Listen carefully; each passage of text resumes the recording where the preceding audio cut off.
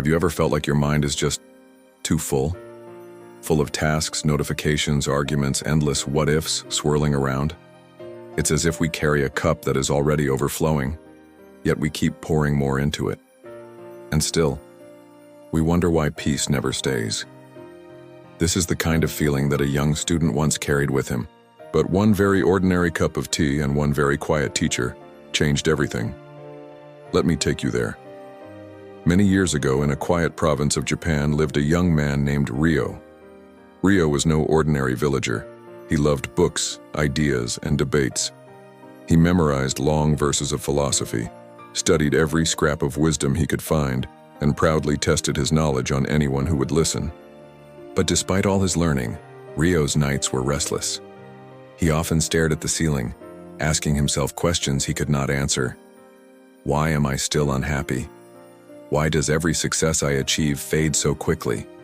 Why do I feel empty even when I am surrounded by knowledge? One morning, he heard whispers in the town square.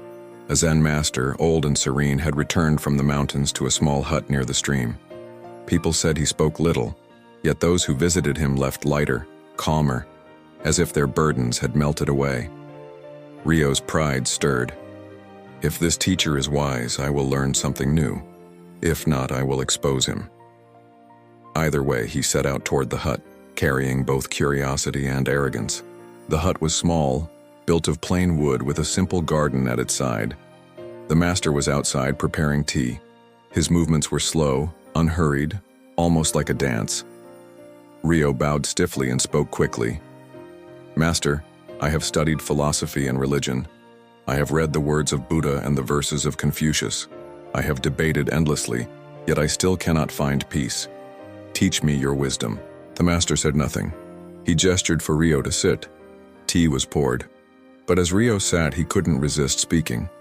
Words poured out of him as quickly as the tea filling the pot. His ideas, his theories, his arguments.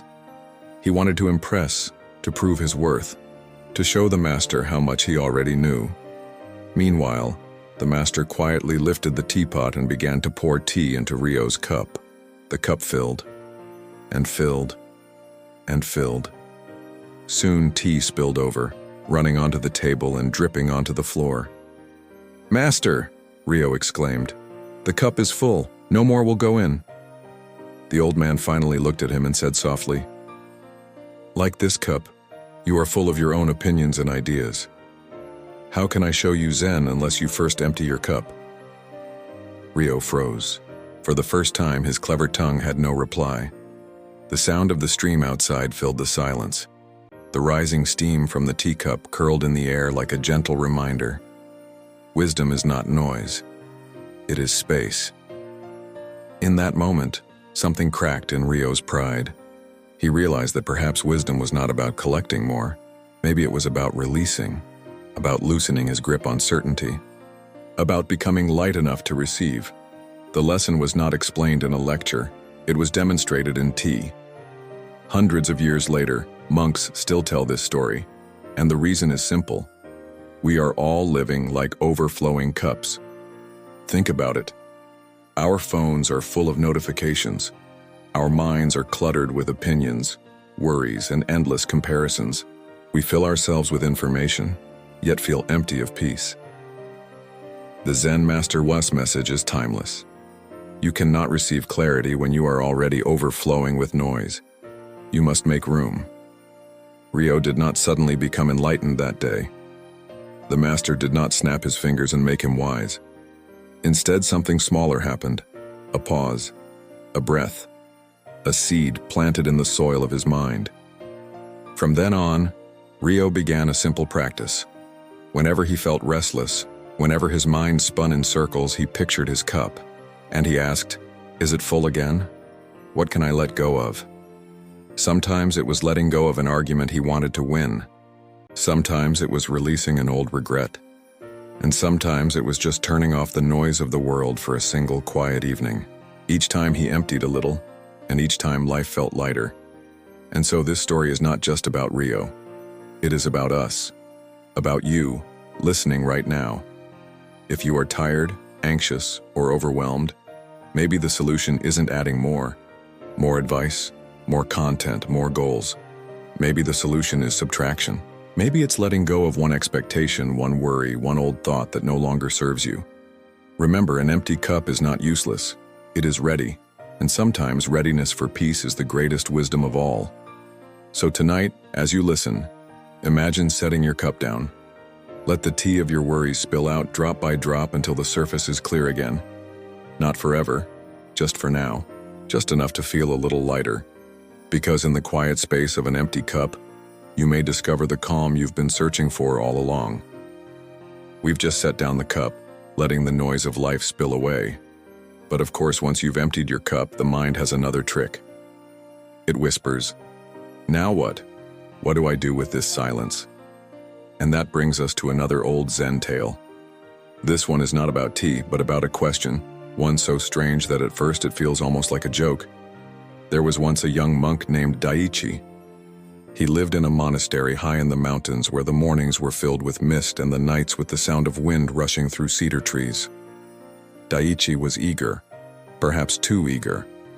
He wanted to grasp enlightenment the way a child wants to grab candy from a jar, quickly, tightly, as if holding on hard enough would force the sweetness into his hands. His teacher, however, was the opposite, an old monk named Gendo, who preferred silence, long pauses, and unfortunately for Daiichi, very confusing riddles. One morning, Daiichi approached his teacher and bowed. "Master," he said, "I am ready to understand the truth of Zen. Please give me the teaching." Gendo looked at him for a long time, then said just 7 words. "What is the sound of one hand?" Daiichi blinked. Surely he had misheard. One hand? Everyone knows clapping takes 2. What could one hand possibly sound like?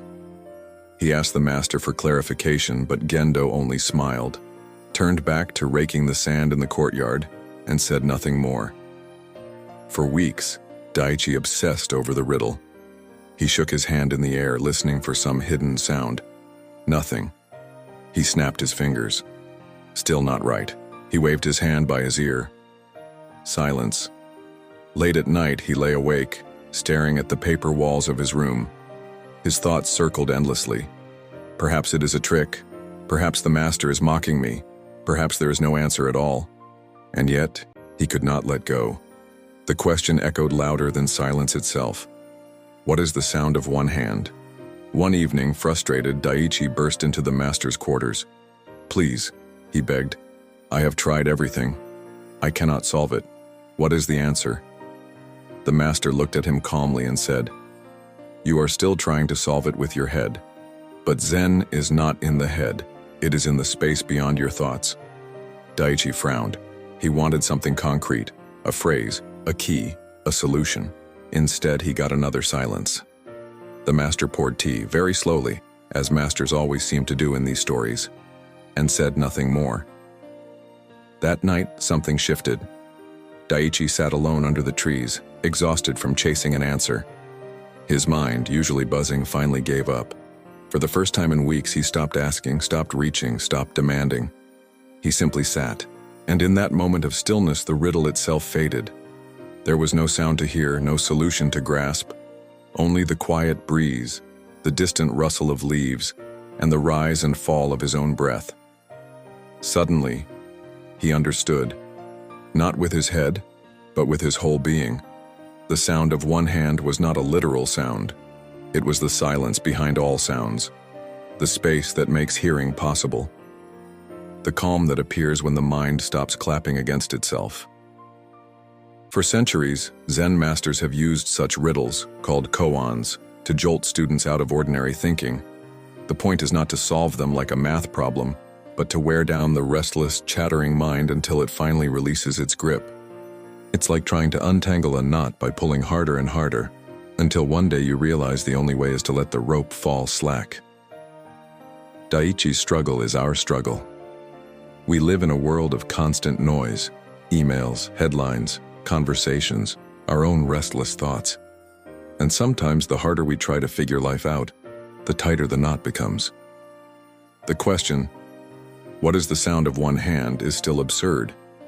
And yet, in its absurdity, it points us somewhere else, not toward an answer, but toward silence.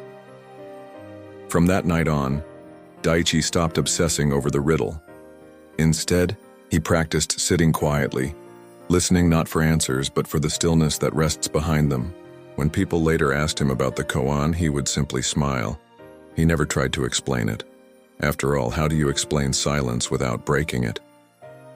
His peace was not in words, but in presence. And those around him began to notice it. The way he carried calm even in storms. The way he laughed more gently. The way his very silence was an answer in itself.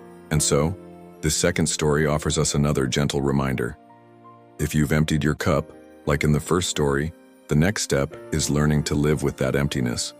To not rush to fill it again with noise or answers. When you catch yourself desperate for clarity, ask, am I trying to clap with both hands again? Maybe the wisdom you need is already here, in the silence between your thoughts. So tonight, if your mind still races, you can try Daiichi's practice. Just sit. Just breathe. Don't search for the sound of one hand. Simply notice the quiet that is already holding you. In that quiet, you might not find an answer, but you may discover something better, a peace that doesn't need one. So now we have walked together through two small Zen tales. The first about the teacup and the lesson of emptiness. The second about the riddle of one hand and the discovery of silence. Both stories, in their own way, ask us to pause, to step back from the rush, to realize that maybe wisdom is not always something to be added, but something to be uncovered, like a stone already lying under the water, waiting for the current to clear.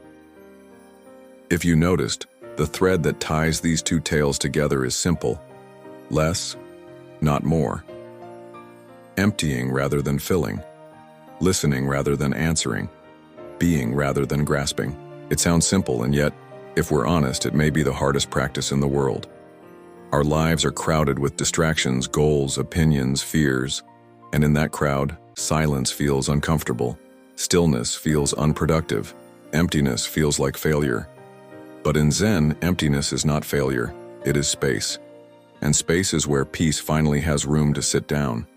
So as we come to the end of tonight's gentle journey, I'll leave you with a question. Not one to be solved, but one to simply rest in. Where in your own life is there a space you have been afraid to enter? Maybe it's the quiet of a room with no phone. Maybe it's the pause between conversations. Maybe it's that evening moment when you turn off the lights, and all that's left is your own breath. What would happen if you stopped filling that space for just a little while?